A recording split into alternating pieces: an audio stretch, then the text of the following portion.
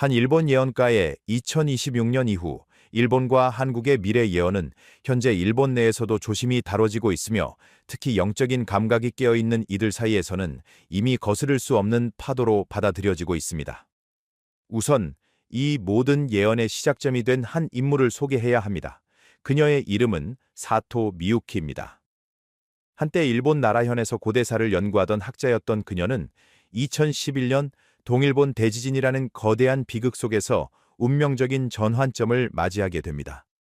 당시 그녀는 나라현의 깊은 산속에 위치한 사원터를 조사하던 중이었습니다. 갑작스러운 집안 침하로 인해 그녀는 고립되고 맙니다. 구조되기까지 꼬박 3일, 그녀는 의학적으로는 심장이 멈춘 임사 상태에 놓여 있었습니다. 그 72시간 동안 그녀는 다른 세상에 다녀왔다고 고백했습니다. 사토 미유키는 그곳에서 일본의 과거와 현재, 그리고 아직 오지 않은 시간을 마치 파노라마처럼 목격했다고 증언합니다. 그녀가 깨어난 뒤 가장 먼저 내뱉은 말은 시계가 멈췄다는 것이었습니다. 미유키는 말합니다. 인간의 의식은 거대한 바다와 같아서 겉으로는 고요해 보여도 심해에서는 이미 다음 세상을 향한 거대한 지각 변동이 시작되고 있습니다. 그녀는 자신이 얻은 이 특별한 감각을 통해 미래를 진동의 형태로 읽어냅니다. 그녀가 본 미래의 첫 번째 장면은 2026년 이후 일본 열도를 뒤흔들 거대한 지각 재편입니다. 미유키는 이 과정을 설명하며 아주 독특한 영성적 해석을 덧붙입니다.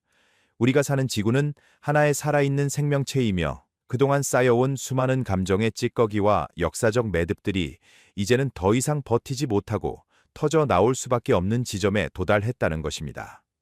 그녀는 이것을 정화의 파동이라고 부릅니다. 이 파동은 가장 먼저 일본의 심장부를 겨냥하고 있습니다. 사토 미유키는 일본의 강력한 대지진이 향후 몇 년 내에 반드시 일어날 것이라고 단언하며, 그 강도가 우리가 상상하는 범위를 아득히 넘어설 것이라고 경고합니다. 하지만 여기서 놀라운 점은 그녀의 태도입니다. 자국인 일본의 비극을 예언하면서도 그녀는 일본이 살 수 있는 유일한 길은 오직 한국과 연합국을 이루어 미리 한국으로 대피하는 것뿐이라고 강하게 주장합니다.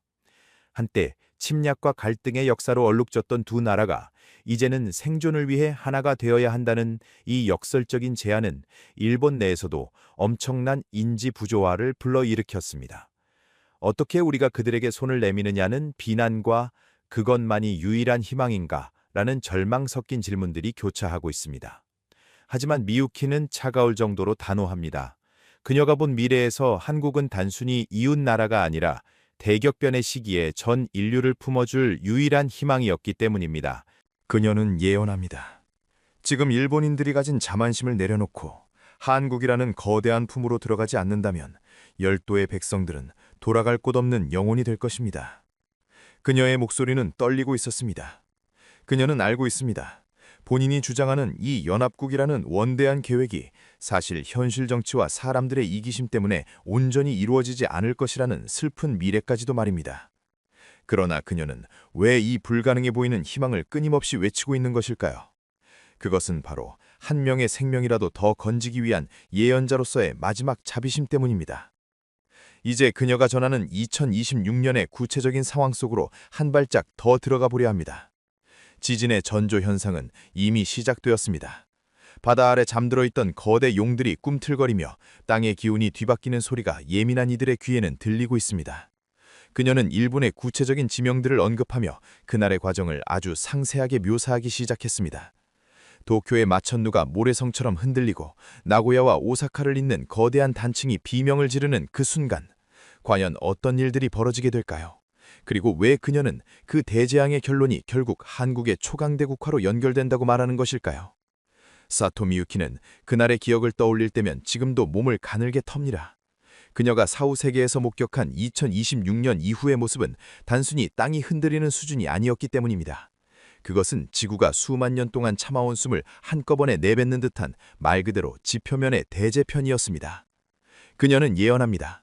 이제껏 인류가 겪어보지 못한 거대한 파동이 일본의 척추를 타고 흐르다십니다. 이것은 지질학자들이 말하는 단순한 단층 이동이 아니라 낡은 에너지를 털어내고 새로운 시대를 맞이하기 위한 지구의 몸부림입니다. 그녀의 목소리는 차분했지만 그 안에는 거스를 수 없는 미래에 대한 경외감이 서려 있었습니다. 사토 미유키가 지목한 지각재편의 발원지는 크게 두 곳입니다.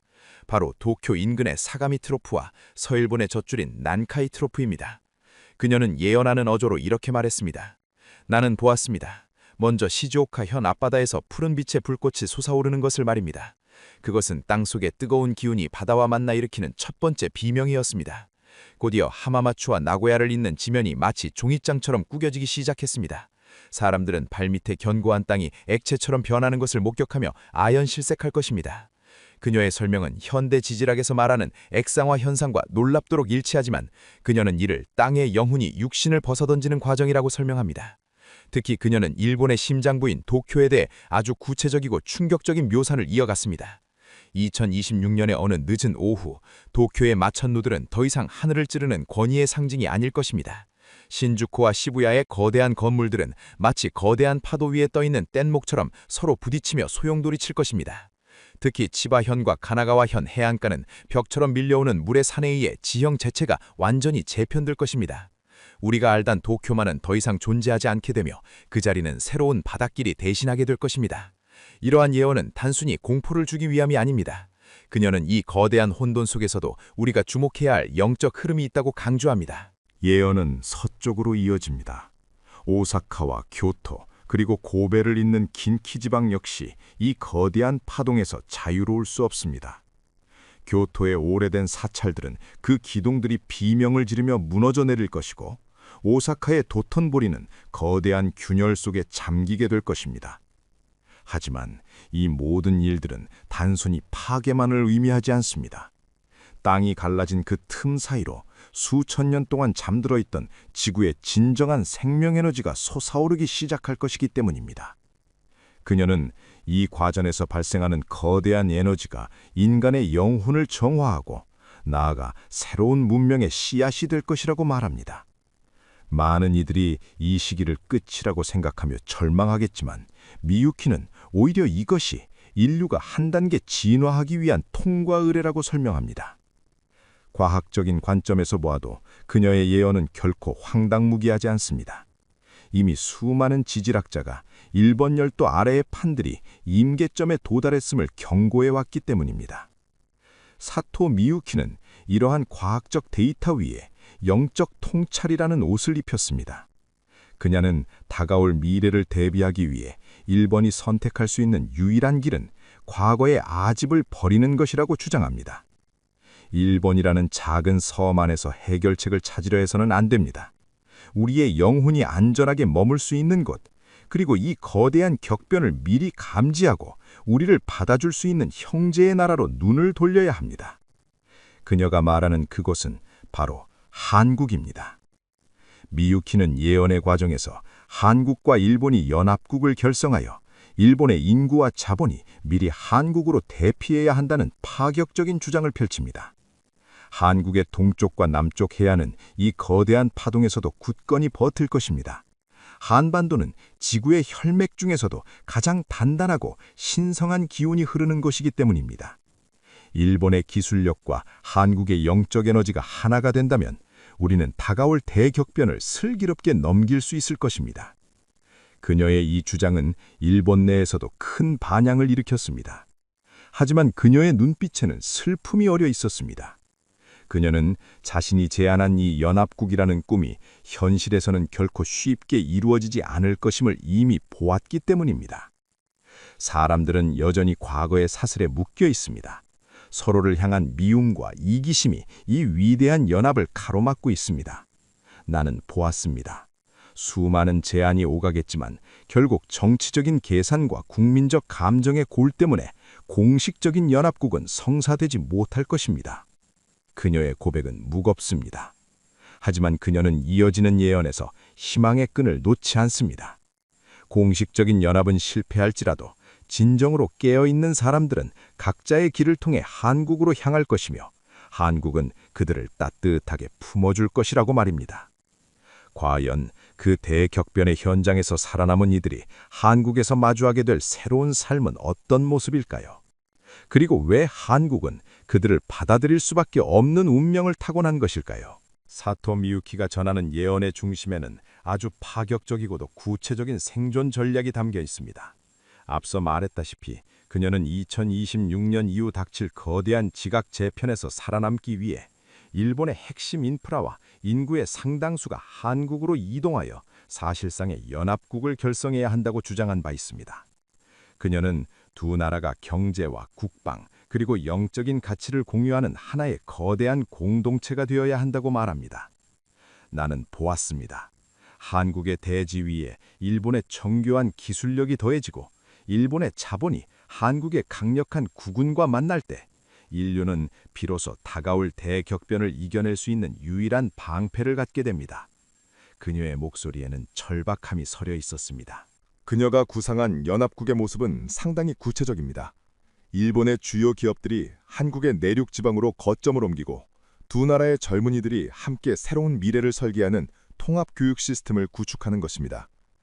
과학적으로 보아도 지각 변동의 위험이 상대적으로 적은 한반도의 안정적인 지반은 일본의 첨단 산업을 보호할 수 있는 최고의 피난처가 될 수 있습니다. 하지만 사토 미유키는 이러한 현실적인 대안을 제시하면서도 동시에 우리 모두의 가슴을 저미게 하는 슬픈 고백을 덧붙였습니다. 그녀는 예언하는 도중에 돌연 눈물을 흘리며 이렇게 말했습니다. 하지만 나는 알고 있습니다. 이 아름다운 연합의 계획은 결국 온전히 이루어지지 않을 것입니다. 그것은 두 나라 사이에 맺힌 차가운 역사적 매듭, 즉 그들이 과거에 지은 죄라는 무거운 업보 때문입니다. 그녀는 영적인 세계의 법칙을 통해 이 상황을 설명합니다. 하늘은 우리에게 생존의 길을 열어주었으나 인간의 마음속에 자리 잡은 원망과 오만함이 그 길을 스스로 닫고 있습니다. 일본은 과거에 저지른 잘못을 진심으로 뉘우치기에는 너무나 비대해진 자존심을 가졌고 한국은 그 아픈 상처를 온전히 덮어주기에는 아직 그들의 진정성을 믿지 못하고 있습니다. 미유키는 예언 속에서 두 나라가 연합을 논의하는 수많은 회담장을 목격했지만 번번이 정치적인 계산과 국민적 감정의 충돌로 인해 합의안이 무산되는 장면을 보았다고 고백합니다. 결국 공식적인 연합국이라는 이름의 구원은 실현되지 못할 운명이라는 것입니다. 그녀는 이 대목에서 매우 독특하고 신비주의적인 해석을 내놓습니다. 2026년 이후의 미래는 단순히 물리적인 지진만이 아니라 영적인 차원에서의 거대한 심판이 동반된다는 것입니다. 과거의 매듭을 풀지 못한 국가나 민족은 그 무게 때문에 새로운 시대로 넘어가는 문턱을 넘지 못하게 됩니다. 공식적인 연합국이 무산되는 것은 어쩌면 각자가 짊어진 영적인 짐을 스스로 해결해야 한다는 하늘의 준엄한 명령일지도 모릅니다. 하지만 그녀는 절망적인 상황 속에서도 한국에 대한 특별한 예언을 잊지 않았습니다. 비록 국가 간의 공식적인 합의는 이루어지지 않더라도 대재앙의 현장에서 살아남은 일본의 백성들은 거대한 행렬을 이루어 한국으로 향하게 될 것이라는 예언입니다. 나는 보았습니다. 배를 타고 혹은 하늘을 날아 한국의 해안가에 도착하는 수많은 생존자의 모습을 말입니다. 그들은 모든 것을 잃고 오직 목숨만을 건진 채 형제의 나라를 찾게 됩니다. 사토 미유키는 놀랍게도 한국이 그들을 외면하지 않을 것이라고 단언합니다. 한국인들의 가슴속에는 어려운 이웃을 도우라는 유전자가 흐르고 있습니다. 비록 과거의 아픔이 있을지라도 눈앞에서 고통받는 생명을 외면하지 못하는 것이 그들의 본성입니다. 한국은 결국 그들을 받아줄 것이며 그들을 품어 안음으로써 전 세계의 진정한 포용이 무엇인지 보여주는 도덕적 강대국으로 우뚝 서게 될 것입니다. 이 시기가 왜 지금인가에 대한 질문에 그녀는 이렇게 답합니다. 지금 지구의 진동수는 과거와 비교할 수 없을 정도로 빨라지고 있습니다. 우리가 사후세계라고 부르는 영적인 차원과 현실의 경계가 점점 옅어지고 있는 것이죠. 그렇기에 이제는 숨겨왔던 진실들이 드러나고 갚지 못한 빚은 청산되어야만 하는 시점이 온 것입니다. 그녀는 이해하기 쉬운 비유를 듭니다. 마치 한 해가 저물 때 밀린 장부를 정리하듯 인류의 역사적 장부 역시 지금 정리되고 있는 것입니다. 일본의 대지진은 그 장부를 정리하는 거대한 소용돌이이며 한국은 그 소용돌이 속에서 살아남은 이들을 위한 마지막 안식처가 되는 셈입니다. 미유키는 예언의 후반부에서 한국인 개개인의 삶과 이 거대한 사건을 연결시킵니다. 여러분이 지금 한국이라는 땅에서 살아가고 있다는 것 자체가 이미 엄청난 영적 선택의 결과입니다. 여러분은 단순히 구경꾼이 아닙니다. 다가올 미래의 절망에 빠진 이들을 구원하고 그들에게 새로운 삶의 터전을 제공해야 할 위대한 소명을 가진 주인공들입니다. 그녀의 이 말은 시청자들에게 막중한 책임감과 동시에 깊은 자부심을 느끼게 합니다. 그러나 그녀의 고백은 다시 한번 무거운 울림을 남깁니다. 많은 한국인이 원한다면 그 거대한 파동이 오기 전에 미리 일본인들을 대피시키고 연합국을 이룰 수도 있었습니다. 우리 모두의 간절한 염원이 모인다면 미래의 궤적을 바꿀 수도 있기 때문입니다. 그러나 우리들이 지은 죄와 그로 인해 다친 마음들이 이 기적을 가로막고 있었습니다. 미유키는 비록 국가적 차원의 연합은 실패하더라도 개인과 개인이 서로를 돕는 민초들의 연대는 살아남을 것이라고 말합니다. 그리고 그 고통의 과정을 지나온 일본의 남은 이들이 한국에서 마주하게 될 미래는 결코 어둡지만은 않다고 예언합니다. 예언가 사토 미유키는 2026년 이후 일본과 한국 미래 예언을 이어가며 우리가 상상하지 못했던 그 대지진의 거대한 반전에 대해 입을 열기 시작했습니다. 그녀가 본 대지진의 구체적인 모습은 단순히 땅이 꺼지고 물이 차오르는 종말의 풍경이 아니었습니다. 그것은 마치 낡은 껍질을 벗고 속살을 드러내는 지구의 탈피 과정과도 같았습니다. 나는 보았습니다. 지각의 거대한 파동이 휩쓸고 지나간 자리에 이제껏 인류가 한 번도 만져보지 못한 새로운 대지가 솟구쳐 오르는 것을 말입니다. 특히 난카이 트로프를 따라 이어진 심해의 균열은 단순히 상처가 아니라 지구의 심장부에서 뿜어져 나오는 새로운 생명의 통로였습니다. 그녀의 목소리는 이제 슬픔을 넘어선 경외감으로 가득 차 있었습니다. 지각의 수직적 재편이 마무리될 무렵 일본 열도의 남쪽 해역과 일부 연안 지역에서는 기이한 현상이 목격됩니다. 땅이 솟아오르며 드러난 새로운 지층과 깊은 바다 밑바닥의 균열 사이에서 은은한 푸른빛을 내뿜는 거대한 결정체들이 발견되기 시작한 것입니다. 사토 미유키는 이것을 미래의 불꽃이라 명명하며 이것이 인류의 에너지 역사를 완전히 뒤바꿀 것이라고 예언했습니다. 그것은 기존의 화석연료나 보이지 않는 에너지 파동의 위험을 가진 핵연료와는 차원이 다른 것이었습니다. 지구 자체의 진동을 에너지로 변환하는 이 물질은 아주 적은 양으로도 대도시 하나를 수백 년간 유지할 수 있는 무한한 힘을 품고 있었습니다. 과학적으로 보아도 지각 변동이 심한 지역의 초고압 상태에서 형성된 희귀 광물이나 메탄 하이드레이트의 결정체가 거대한 지각 변동으로 인해 표면으로 드러나는 시나리오는 매우 흥미로운 가능성입니다. 놀라운 사실은 이 미래 연료의 주인이 누가 되느냐 하는 점입니다. 사토 미유키는 예언의 핵심을 한국으로 돌립니다. 일본은 이미 거대한 지표 재편으로 인해 자국 내의 자원을 관리할 행정적, 물리적 능력을 상실한 상태였습니다. 그때 가장 먼저 손을 내민 것은 다름 아닌 한국이었습니다. 대격변의 시기에 수많은 생존자를 품어주었던 한국은 그 보답이라도 받듯 이 새로운 에너지원이 매장된 지역에 대한 공동 관리권과 우선 개발권을 갖게 됩니다. 거대한 재앙이라는 절망을 겪은 한국인들에게 하늘은 인류 문명의 주도권이라는 예상치 못한 거대한 선물을 안겨주는 셈입니다. 한국은 이 자원을 바탕으로 전 세계 경제 체제를 재편하기 시작합니다. 에너지 패권을 쥔 국가가 세계를 지배한다는 것은 역사에 불변하는 법칙입니다. 한국은 이 푸른 결정체를 안전하게 정제하고 활용하는 독보적인 기술을 단기간에 완성하며 전 세계에 에너지를 공급하는 지구의 발전소 역할을 자처하게 됩니다. 나는 봤습니다. 서울과 부산을 잇는 거대한 에너지 허브가 구축되고 전 세계의 수많은 기업과 인재들이 이 신비로운 에너지를 연구하기 위해 한국으로 구름처럼 몰려드는 광경을 말입니다. 미래의 한국은 전 인류의 미래를 책임지는 명실상부한 초강대국으로 우뚝 서게 됩니다. 사토 미유키의 예언은 한국이 맞이할 찬란한 미래의 단면을 아주 구체적으로 그려내고 있었습니다. 왜 이 모든 일이 한국을 중심으로 이루어지는 것일까요? 미유키는 말합니다. 한국은 오랫동안 고난의 역사를 견뎌오며 기다림의 철학을 배운 민족입니다. 그들은 물질적인 풍요보다 인간의 도리와 영적인 조화를 중시하는 유전자를 가지고 있습니다.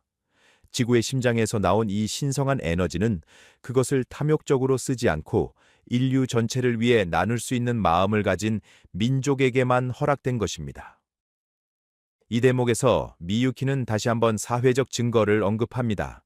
현재 세계적인 투자자들이나 미래학자들이 한국을 주목하는 이유가 단순히 경제적 지표 때문이 아니라 이미 보이지 않는 차원에서 한국의 국운이 정점에 달하고 있음을 그들도 직감하고 있다는 것입니다. 일본의 지형 변화는 그 거대한 시대 교체를 알리는 신호탄이 될 것이라고 합니다. 하지만 그녀는 이 초강대국으로의 도약이 단순히 물질적 부유함에 머물러서는 안 된다고 경고합니다. 미래의 한국은 힘으로 세상을 누르는 나라가 아니라 가장 높은 수준의 도덕성과 영성으로 세상을 인도하는 나라가 되어야 합니다. 그것이 바로 우리가 대지진의 비극에서 건져낸 영혼들을 품어준 대가로 받은 진정한 권위이기 때문입니다.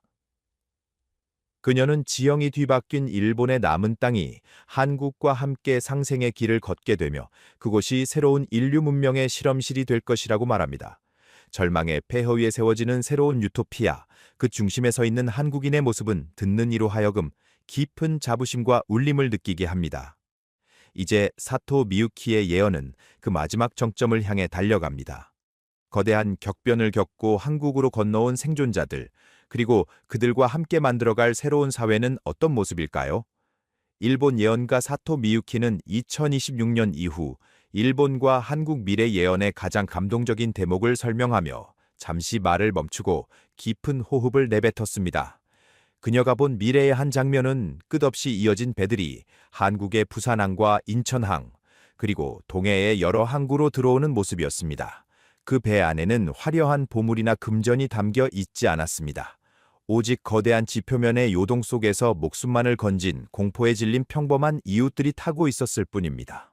미유키는 이 장면을 보며 한국이라는 나라가 가진 진정한 힘이 경제력이나 군사력에 있는 것이 아니라 상처받은 영혼들을 품어 안는 그 광활한 포용력에 있음을 깨달았다고 말합니다. 과거의 역사적 앙금이 완전히 사라진 것은 아니었습니다. 하지만 한국의 백성들은 그들의 고통을 보며 자신의 일처럼 눈물을 흘렸습니다. 이것은 단순한 인도주의적 도움이 아니었습니다. 그것은 인류의 영성이 한 단계 진화했음을 보여주는 거대한 사건이었습니다. 그녀의 예언에 따르면 한국은 이들을 수용하기 위해 국가적인 역량을 총동원하게 됩니다. 비어있는 지방의 도시들이 새로운 정착촌이 되고 한국의 앞선 의료 시스템과 복지 체계는 희망을 찾아 떠나온 이들의 상처를 어루만지게 됩니다. 과학적으로도 인구 절벽의 위기를 겪던 한국에게 이들의 유입은 새로운 노동력과 기술력의 결합이라는 뜻밖의 활력소가 되어 초강대국의 기반을 더욱 공고히 다지는 계기가 됩니다. 그녀는 한국인들의 지난 삶이 미래의 대격변을 대비하기 위한 일종의 영적 훈련이었다고 해석합니다. 여러분이 살아오며 느꼈던 외로움이나 고통, 그리고 이름 없는 희생들이 사실은 한국이 전 세계의 안식처가 되기 위한 거대한 걸음이 되었다는 것입니다.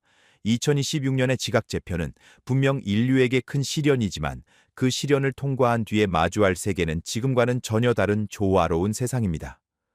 물질의 눈이 멀어 서로를 헐뜯던 시대는 가고 서로의 아픔을 보듬는 공생의 시대가 열립니다. 그 시대의 표준을 만드는 곳이 바로 한국입니다. 이제 사토 미유키의 긴 여정이 그 마지막 마침표를 향해 나아갑니다. 그녀는 2026년 이후 일본과 한국의 미래 예언을 매듭지으며 우리에게 단순히 미래를 기다리는 구경꾼이 되지 말라고 당부합니다. 그녀가 사후 세계의 깊은 심연에서 깨달은 가장 중요한 진리는 미래는 결정된 고체처럼 굳어있는 것이 아니라 우리의 마음이 내뿜는 진동에 따라 끊임없이 변화하는 액체와 같다는 사실입니다. 그녀는 다가올 거대한 정화의 불길 속에서도 중심을 잃지 않고 한국의 찬란한 국운과 자신의 삶을 하나로 연결할 수 있는 진동 동기화 수행법을 우리에게 전수해 주었습니다. 그녀가 제안하는 수행 방식은 겉보기에는 아주 단순해 보이지만 사실 우리 뇌의 가장 깊은 곳과 심장의 리듬을 조율하는 정교한 원리를 담고 있습니다. 미유키는 말합니다. 나의 목소리를 듣는 여러분, 매일 아침 눈을 뜰 때 가장 먼저 자신의 심장 위에 손을 얹으십시오. 그리고 그 박동이 지구의 깊은 곳에서 울려 퍼지는 거대한 맥박과 연결되어 있다고 상상하십시오. 그녀는 숨을 들이마실 때 땅이 가진 단단하고 성스러운 기운이 발바닥을 타고 올라와 머리끝까지 차오르는 것을 느끼라고 조언합니다. 이것은 우리 몸의 자율신경계를 안정시키고 외부의 어떤 혼란 속에서도 평정심을 유지하게 만드는 영성적인 방패가 됩니다. 이어지는 단계는 더욱 흥미롭습니다. 미유키는 숨을 내뱉을 때마다 자신의 가슴 속에 있는 불안이나 미움, 그리고 과거의 상처들이 하얀 연기가 되어 흩어지는 것을 시각화하라고 말합니다. 그녀는 이러한 마음의 훈련이 우리의 뇌 속에 새로운 회로를 만들어내며 다가올 미래의 격변 시기에 남들보다 먼저 기회를 포착하고 위기를 피할 수 있는 영적인 직관력을 깨워준다고 설명합니다. 그녀가 전하는 수행법의 또 다른 핵심은 감사라는 파동을 우리 삶에 고정하는 것입니다. 아무리 작은 것이라도 좋습니다. 오늘 내가 마시는 물 한 잔, 내가 밟고 있는 이 평화로운 땅에 대해 진심으로 감사를 표하십시오. 감사는 우주에서 가장 높은 진동수를 가진 에너지입니다. 사토 미유키는 2026년 이후 일본의 지각 재편으로 인해 전 세계가 혼돈에 빠질 때 오직 이 감사의 진동을 유지하는 사람들만이 새로운 시대의 지도자가 될 것이라고 예언했습니다. 우리는 오늘 일본의 한 예언가가 목격한 충격적이면서도 경이로운 미래의 조각들을 함께 살펴보았습니다. 2026년 이후 일본의 운명과 한국의 도약, 그리고 그 이면에 숨겨진 영적인 섭리는 우리에게 많은 시사점을 던져줍니다. 사토 미유키는 예언의 끝에서 이렇게 덧붙였습니다. 모든 예언은 경고이자 기회입니다. 우리가 지금 이 순간 어떤 마음을 먹느냐에 따라 그 비극의 크기는 줄어들고 축복의 크기는 무한히 커질 수 있습니다. 미래를 두려워하지 마십시오. 당신은 이미 승리한 민족의 일원입니다. 이제 거대한 시대의 막이 오르고 있습니다. 일본의 예언가가 본 그 미래는 이미 우리 곁에 와 있습니다. 과연 여러분은 그 위대한 역사의 현장에서 어떤 역할을 맡게 될까요? 이것으로 일본 예언가의 2026년 이후 일본과 한국 미래 예언에 관한 영상을 마칩니다. 도움이 되셨다면 댓글로 서로에게 응원의 말을 남겨서 좋은 업을 쌓으시길 바랍니다. 시청해 주셔서 감사합니다. 일본 에도 시대의 예언서에 예언된 곧 닥칠 한국과 일본의 운명. 최근 일본 교토의 한 후미진 골목, 대를 이어 고서를 취급해온 낡은 중고 서점에서 일본 열도를 충격에 빠뜨린 기록 하나가 발견되었다고 합니다. 그것은 17세기 에도 시대 초기의 독특한 수행 승려였던 게이신이 남긴 필사본, 바로 해경록이라 불리는 예언서입니다. 이 기록은 당시 막부의 눈을 피해 필사되어 소수의 문중에서만 전해 내려오다 전란과 세월의 풍파 속에 잊혔던 것이었으나 최근 그 사본이 한 수집가에 의해 발견되며 한국과 일본 양국의 미래를 암시하는 결정적인 단서로 급부상하고 있습니다. 이 예언서가 이토록 장안의 화제가 되고 있는 이유는 그 안에 담긴 문장들이 우리가 살고 있는 이 시대를 소름 끼칠 정도로 정확히 관통하고 있기 때문입니다. 기록의 첫머리는 당시로서는 상상조차 할 수 없었던 기이한 세상의 풍경을 다음과 같이 묘사하고 있습니다.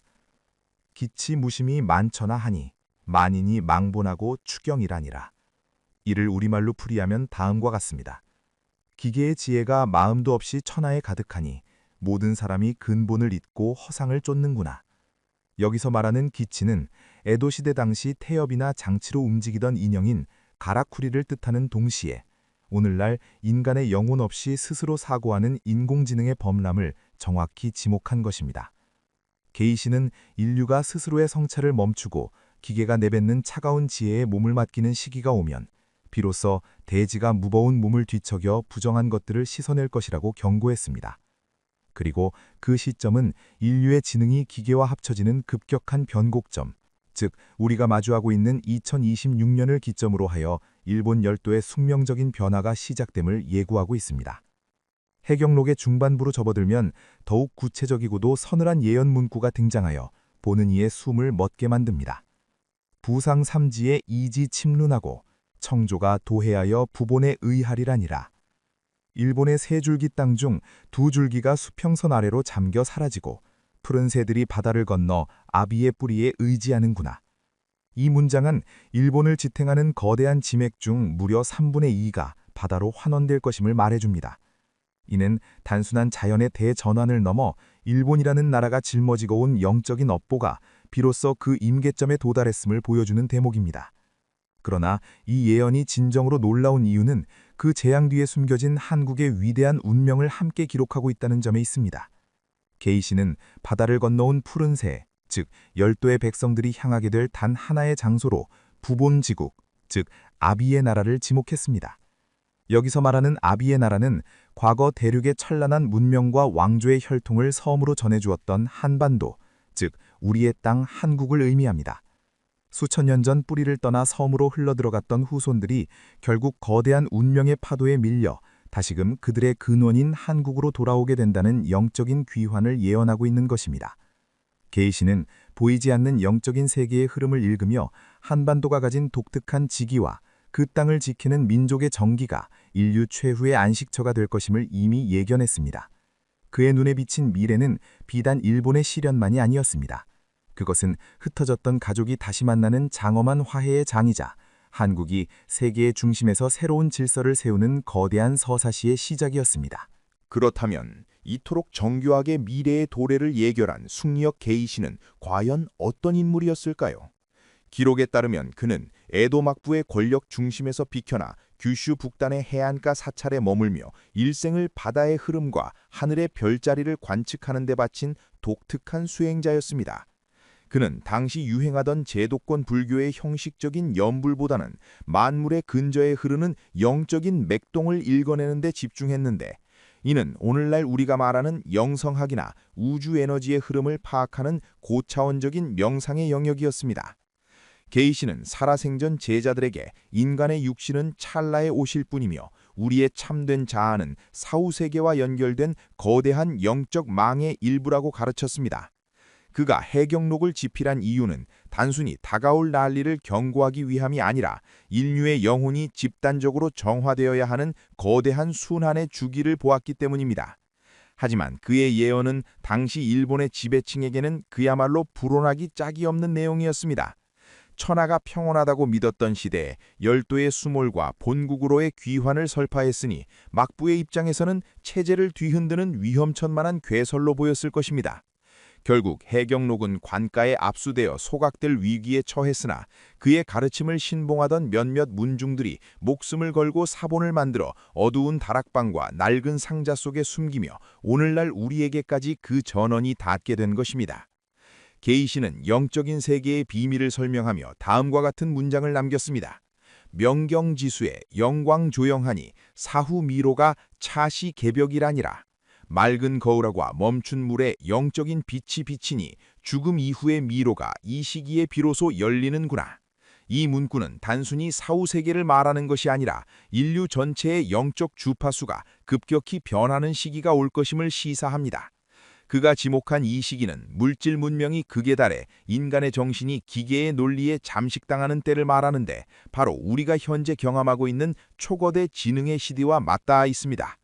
게이시는 인간의 고유한 지능이 기계에 의탁하게 되는 순간 지상의 영적 보호막이 얇아지며 과거와 미래 그리고 이승과 저승의 경계가 흐려지는 대전환이 일어난다고 보았습니다. 그리고 그 변곡점이 바로 우주적 대주기가 일치하는 2026년임을 그의 천문 관측 기록은 암암리에 가리키고 있습니다. 이 시기에는 보이지 않는 세계의 에너지가 지상의 물질 세계로 직접적인 영향을 미치기 시작하며 그 여파로 인해 지각의 변동뿐만 아니라 인간의 의식 구조 자체가 뒤바뀌는 현상이 나타나게 됩니다. 이러한 영적인 격변의 시기에 왜 한국이라는 땅이 예언의 중심에 서게 되는 것일까요? 게이시는 열도의 기운이 다해가는 과정을 설명하면서도 그 기운이 소멸하는 것이 아니라 북서쪽으로 이동하여 거대한 결실을 맺는다고 적었습니다. 지기 북천하여 귀우 단본하니 영도 수호는 피야 부동이라니라. 땅의 기운이 북쪽으로 옮겨가 단군의 뿌리로 돌아가니 영적인 길을 수호하는 힘이 저들과 우리가 서로 다르구나. 여기서 게이신이 언급한 단본은 놀랍게도 한민족의 뿌리를 상징하는 단군을 연상시키는 표현으로 일본의 승려가 한국의 고대 정통성을 직접적으로 언급했다는 사실은 매우 이례적입니다. 그는 한국이라는 땅이 단순히 지정학적 위치가 좋은 것이 아니라 지구의 영적 맥동이 가장 안정적으로 유지되는 중심축임을 간파했습니다. 그렇기에 전 세계적인 혼란과 변화 속에서도 한국의 미래는 오히려 찬란한 빛을 발하게 된다는 것입니다. 이는 국수주의적인 관점이 아니라 우주 만물의 에너지가 흐르고 머무는 이치를 냉철하게 분석한 영적 지질학의 결과물이라 할 수 있습니다. 게이시는 또한 사후세계의 영혼들이 이 시기에 이르러 대거 다시 태어나거나 지상의 인간들에게 강한 영감을 주게 된다고 말했습니다. 특히 과거 한반도에서 건너가 일본의 기틀을 닦았던 고대 선조들의 영혼이 자신들의 후손들이 다시금 안전한 본국으로 돌아올 수 있도록 영적인 길을 연다는 대목은 신비주의적이면서도 뭉클한 감동을 줍니다. 그는 2026년 이후 벌어질 열도의 대전환을 단순한 파멸로 보지 않았습니다. 그것은 마치 낡은 집을 허물고 더 큰 대지로 옮겨가는 이사와 같으며 그 목적지는 바로 인류의 영성이 살아 숨쉬는 한국이 될 것이라고 확신했습니다. 해경록을 집필한 승려 게이시는 지금으로부터 300여 년 전 이미 물질의 풍요 뒤에 숨겨진 거대한 영적 공동화 현상을 예견하고 있었습니다.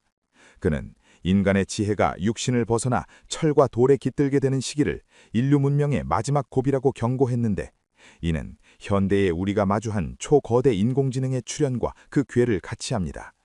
게이신의 예언서에는 다음과 같은 기이한 문구가 기록되어 있습니다. 금철유원하고 무심지혜가 망만국하니 자시가 곧 천지합덕의 변진이라. 쇠붙이가 말을 하고 마음 없는 지혜가 모든 나라를 덮으니 이때가 곧 하늘과 땅의 덕이 합쳐지거나 어긋나는 변곡점이니라. 이 구절에서 말하는 쇠붙이의 말이란 스스로 목소리를 내고 정보를 쏟아내는 기계의 소통을 의미하며, 마음 없는 지혜란 영혼의 울림 없이 데이터의 조합으로만 이루어진 인공의 지성을 뜻합니다. 게이시는 이러한 무심한 지혜가 세상을 지배하게 될 때 인간은 스스로 사고하는 법을 잃게 되고, 그 결과 지상을 지탱하던 정신적인 지주가 무너지며 자연계에 거대한 반작용이 시작된다고 보았습니다. 그렇다면 왜 게이시는 이 시기를 2026년과 연결짓고 있는 것일까요? 예언서의 행간을 자세히 살펴보면 천문의 운행과 인간의 업보가 교차하는 지점을 읽어낼 수 있습니다. 게이시는 바다의 조수 간난을 관측하며 특정한 주기가 반복될 때 지상의 기운이 요동친다는 사실을 발견했습니다. 그는 이를 만월의 귀환이라 칭하며, 인간의 교만이 극에 달해 기계가 인간을 대신하는 시점과 하늘의 별자리가 특정한 형상을 이루는 때가 일치할 것이라 보았습니다.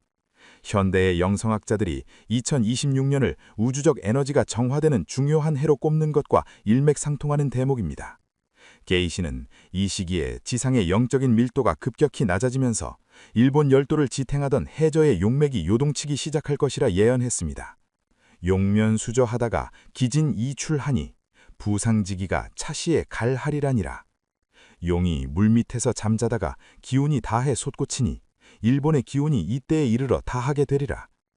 이 문구는 열도의 지각을 지탱하던 영적인 힘이 한계에 도달하여 대전환의 과정을 겪게 될 것임을 암시합니다. 이러한 변화는 단순한 자연의 격변이 아니라 영적인 세계에서 벌어지는 대청소의 일환입니다. 게이시는 사후 세계의 질서마저 이 시기에는 지상으로 투영된다고 믿었습니다. 그는 인간이 기계에 의지해 영적인 성장을 멈출 때 그동안 쌓여온 조상들의 업보와 땅의 원망이 한꺼번에 분출된다고 보았습니다. 특히 일본 열도는 지리적으로 거대한 에너지가 충돌하는 지점에 위치해 있어 이러한 영적 불균형의 타격을 가장 먼저 그리고 가장 강하게 받을 수밖에 없다는 것이 게이신의 냉철한 분석이었습니다. 그는 일본의 3분의 2가 수평선 아래로 환원되는 과정을 설명하면서도 그것이 끝이 아니라 더 큰 생명을 잉태하기 위한 산고와 같다고 말했습니다. 그리고 그 산고를 견뎌내고 새로운 생명을 꽃피울 유일한 배후주로 다시금 한국을 지목합니다. 한국의 미래를 준비하는 자는 기계의 지혜에 매몰되지 않고 자신의 내면을 닦는 자들이니 그들이 곧 다가올 시대의 주인이 되리라 하는 그의 전언은 우리에게 시사하는 바가 큽니다. 게이시는 예언서의 곳곳에서 한국과 일본의 관계를 끊임없이 되새깁니다. 그는 일본이 겪게 될 시련이 결국은 부번지국, 즉 아버지의 나라로 돌아가기 위한 필연적인 과정임을 강조합니다. 수세기 전 한반도에서 건너간 선조들이 일본의 문명과 법도를 전해주었듯 이제는 일본의 남은 기운과 백성들이 다시금 그 뿌리인 한국으로 돌아와 하나로 합쳐져야만 인류의 영적 진화가 완성된다는 논리입니다. 이는 억지스러운 주장이 아니라 에너지는 결국 흐르고 흘러 그 발원지로 돌아가야 안식을 얻는다는 자연의 섭리를 바탕으로 한 것입니다. 2026년 인공지능이 인간의 영역을 완전히 넘어서는 그 순간에 일본에서 시작될 대전환은 전 세계를 공포로 몰아넣겠지만 준비된 한국에게는 오히려 민족의 수건이었던 평화적 통합과 국군 융성의 기회가 될 것이라고 게이시는 확신하고 있었습니다. 천지의 기운이 뒤바뀌는 대전환의 시기에 가장 먼저 그 풍파를 마주하게 될 운명은 안타깝게도 우리의 이웃인 일본 열도로 향해 있습니다. 승려 게이시는 해경록의 중반부에서 일본이 겪게 될 거대한 변화를 단순한 파멸이 아닌 억겁의 세월 동안 빌렸었던 땅을 다시 바다의 품으로 돌려주는 장엄한 환원의 과정으로 묘사했습니다. 그는 지각의 요동과 해수면의 상승이 극에 달할 때 일본이라는 거대한 배가 서서히 그 무게를 이기지 못하고 물밑으로 가라앉는 풍경을 보았습니다. 예언서에는 다음과 같은 서늘한 구절이 기록되어 있습니다. 부상지지가 3분 유의하여 수귀 대해하니 잔도는 유랑하고 민초는 통곡하리라니라. 일본의 땅이 세 부분 중 둘이 큰 바다로 돌아가니 남은 섬들은 떠돌고 백성들은 목 놓아 우는구나. 여기서 게이신이 말한 3분의 2라는 수치는 현대 지질학적 관점에서도 매우 충격적인 예고이며 이는 일본의 핵심적인 대지와 문명권이 수평선 아래로 잠겨버릴 것임을 뜻합니다.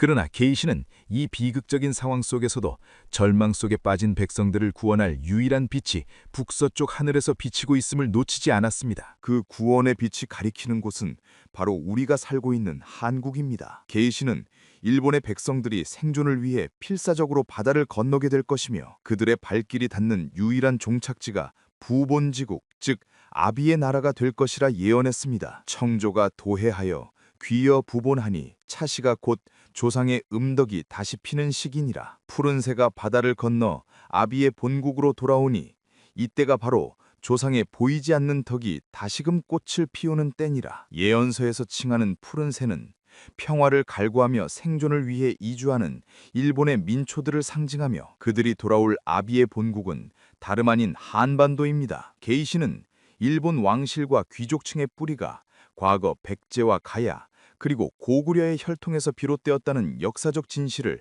영적인 해안으로 꿰뚫어 보고 있었습니다. 수천 년 전 새로운 세상을 찾아 섬으로 떠났던 자식들이 이제 집이 무너지는 위기 앞에서 본능적으로 아버지가 계신 고향집을 찾아오는 천륜의 법칙이 작동한다는 것입니다. 이러한 귀환은 단순한 난민의 유입을 넘어선 영적인 통합의 의미를 지닙니다. 게이시는 일본인들이 한국으로 들어올 때 그들이 가진 기술과 자본뿐만 아니라 오랫동안 잊고 지냈던 조상에 대한 공경과 뿌리에 대한 깨달음을 함께 가지고 올 것이라고 적었습니다. 자식은 아비를 보고 울음을 그치고 아비는 자식을 보며 해묵은 원망을 씻어내리라는 그의 전언은 장차 한국이 보여주어야 할 대인배적인 포용력을 암시합니다. 이는 우리가 그들을 굴복시키는 것이 아니라 천지의 섭리에 따라 흩어졌던 가족이 다시 모여 하나의 거대한 국군을 형성하는 화합의 과정인 것입니다. 게이시는 2026년 이후 전개될 이 역사적 사건이 한국의 미래에 있어 가장 큰 도약의 발판이 될 것이라 예언했습니다. 일본의 정예 인력과 자산이 한국의 영토와 정기 속에 녹아들면서 한반도는 비로소 동북아시아를 넘어 전 세계를 주도하는 강력한 문명의 중심지로 거듭나게 된다는 논리입니다. 일본 열도에서 시작된 거대한 지각의 요동과 환원의 물결은 결코 한 나라의 비극으로만 머물지 않습니다. 승려 게이시는 해경록의 후반부에 접어들며 일본의 시련이 전 지구적인 영적 물질적 질서를 송두리째 뒤흔드는 거대한 도미노의 첫 번째 조각일 것임을 엄중히 경고했습니다. 그가 본 미래의 모습은 우리가 곤고하다고 믿어왔던 현대 문명의 근간이 모래성처럼 허물어지는 암울한 시기였습니다. 게이시는 특히 인간이 만들어낸 가상의 가치, 즉 오늘날의 화폐와 금융 시스템이 그 기능을 상실하고 대지가 가진 본연의 생명력이 결핍되는 과정을 다음과 같이 묘사했습니다. 만국 동요하고 금화가 토석과 같으니 대지의 결핍이 천하를 덮으리라니라. 모든 나라가 흔들리고 황금이 흙과 돌처럼 무가치해지니 땅이 주는 결실이 사라져 온 세상이 굶주림과 같은 결핍에 빠지는구나. 여기서 게이신이 말한 금화의 무력화는 전 세계적인 경제 대공황을 넘어선 근본적인 신용의 붕괴를 의미하며 이는 일본의 대전환으로 인해 기존의 물류와 자본의 흐름이 완전히 끊어지면서 발생하는 인류사적 시련을 예고한 것입니다. 더욱이 게이시는 이러한 물질적 붕괴보다 더 무서운 현상으로 영적 균형의 파괴를 꼽았습니다. 그는 지상의 에너지가 급격히 불안정해지면서 이승과 저승, 즉 사후세계와의 경계가 종잇장처럼 엷어지는 현상을 목격했습니다. 영계의 문이 열려 혼미하니 생과 사의 구별이 모호하고 만인의 심신이 유리하리라니라. 영적인 세계의 문이 열려 세상이 어지러우니 삶과 죽음의 구분이 흐릿해지고 모든 사람의 마음과 몸이 갈 곳을 잃고 떠도는구나. 이 구절은 사람들이 극심한 혼란 속에서 정신적인 공황 상태에 빠지게 될 것임을 암시합니다. 게이시는 인류가 오랫동안 쌓아온 집단적인 부정적 에너지가 일본의 환원을 기점으로 폭발하며 이것이 전 세계인들의 꿈과 무의식 속에 투영되어 현실의 질서를 더욱 어지럽히게 될 것이라고 보았습니다. 이 암울한 시기에는 기존의 종교나 철학조차 사람들에게 아무런 위안을 주지 못하며 오직 물질에만 매몰되었던 문명은 그 대가를 치르게 된다는 것이 게이신의 냉철한 통찰이었습니다. 하지만 이토록 어두운 전지구적 시련 속에서도 유독 한 곳, 한국의 영토만은 신비로운 영적인 보호막에 쌓인 듯 평온을 유지하게 됩니다. 게이신은 만국이 도탄에 빠져 허덕일 때 한국이 보여줄 기이한 안정과 성장을 두고 다음과 같은 기록을 남겼습니다. 동방의 반도는 지기가 응결하여 외풍이 침범하지 못하니 차국이 곧 만민의 등불이니라. 동쪽의 반도 땅은 땅의 기운이 뭉쳐있어 바깥에 사나운 바람이 침범하지 못하니 이 나라가 바로 모든 백성을 비추는 등불이로다. 게이시는 한국이 가진 고유한 지형적 특징과 그 땅에 서린 강인한 민족 정기가 지구의 영적 축이 뒤틀리는 순간에도 중심을 잡아주는 역할을 할 것이라 예언했습니다. 이는 단순히 운이 좋은 것이 아니라 한국이 인류의 다음 문명을 열기 위해 하늘이 예비해둔 성스러운 방주와 같은 역할을 부여받았기 때문이라는 설명입니다. 세계 각지의 지식인들과 깨어있는 영혼들이 아수라장이 된 자국을 떠나 유일하게 질서와 안정이 유지되는 한국으로 모여들게 되는 풍경이 게이신의 눈에는 선명하게 보였던 것입니다. 이 암울한 시기는 인류에게 있어 가장 고통스러운 터널이겠지만 게이신은 이것이 거대한 정화의 과정임을 강조했습니다. 2026년 이후 전개될 이 혼돈은 부정한 것들을 걸러내고 진정으로 가치 있는 것들만을 남기는 우주적 체질 개선의 시기라는 것입니다. 일본의 백성들이 한국으로 돌아오는 것을 시작으로 전 세계에 흩어진 영적인 씨앗들이 한국으로 집결되는 이 현상은 장차 다가올 새로운 황금기를 위한 준비 단계입니다. 게이시는 이 시기를 견뎌내는 유일한 방법은 외부의 혼란에 휘둘리지 않고 자신의 내면을 닦는 수행뿐임을 역설했습니다. 그는 예언서의 갈무리 부분에서 한국이 이 암흑기의 끝에서 인류를 구원할 새로운 질서를 제시할 것이며 그 중심에는 예기치 못한 인물의 등장이 있을 것임을 암시했습니다. 그 인물은 권력이나 부로 세상을 통치하는 자가 아니라 인간의 내면 잠든 신성을 깨우고 물질과 정신의 완벽한 조화를 가르치는 영적인 스승으로 묘사됩니다. 게이시는 그 성인이 태어날 장소와 그가 가져올 변화에 대해 다음과 같은 가슴 벅찬 문장을 남겼습니다. 동방지국의 일성이 하강하여 무문지법으로 천하를 함락해 하리라니라. 동쪽의 나라에 한 성인이 내려와 문없는 법도로서 온 세상을 다 함께 즐겁게 하리로다. 여기서 말하는 동쪽의 나라는 두말 나위 없이 한국을 뜻하며 문없는 법도란 기존의 편협한 종교나 이념의 틀을 벗어나 모든 인류가 공감할 수 있는 보편적인 진리와 삶의 지혜를 의미합니다. 게이시는 이 성인이 나타나는 시기를 인류의 기계지능이 크게 달해 인간의 존엄성이 위협받는 2026년 이후의 혼돈기라고 명시했습니다. 그는 이 인물이 화려한 왕궁이나 높은 지위에서 나오는 것이 아니라 지극히 평범한 민초들 사이에서 호련히 나타나 고통받는 이들의 마음을 어루만지며 세상의 질서를 재편할 것이라고 적었습니다. 성인은 부귀에 거하지 않고 고독 중에 조명하니 만국의 지자들이 서방을 버리고 동으로 배례하리라 하느니라. 성인은 부귀한 곳에 머물지 않고 고독한 가운데 빛을 비추니 온 세상의 지혜로운 자들이 서양의 가치를 버리고 동쪽을 향해 절하며 가르침을 구하리라. 이는 지난 수백 년간 세계를 지배해온 서구 중심의 물질 문명이 한계에 다다르고 한국이 간직해온 홍익인간의 정신과 영성 철학이 인류의 유일한 대안으로 떠오를 것임을 예언한 것입니다.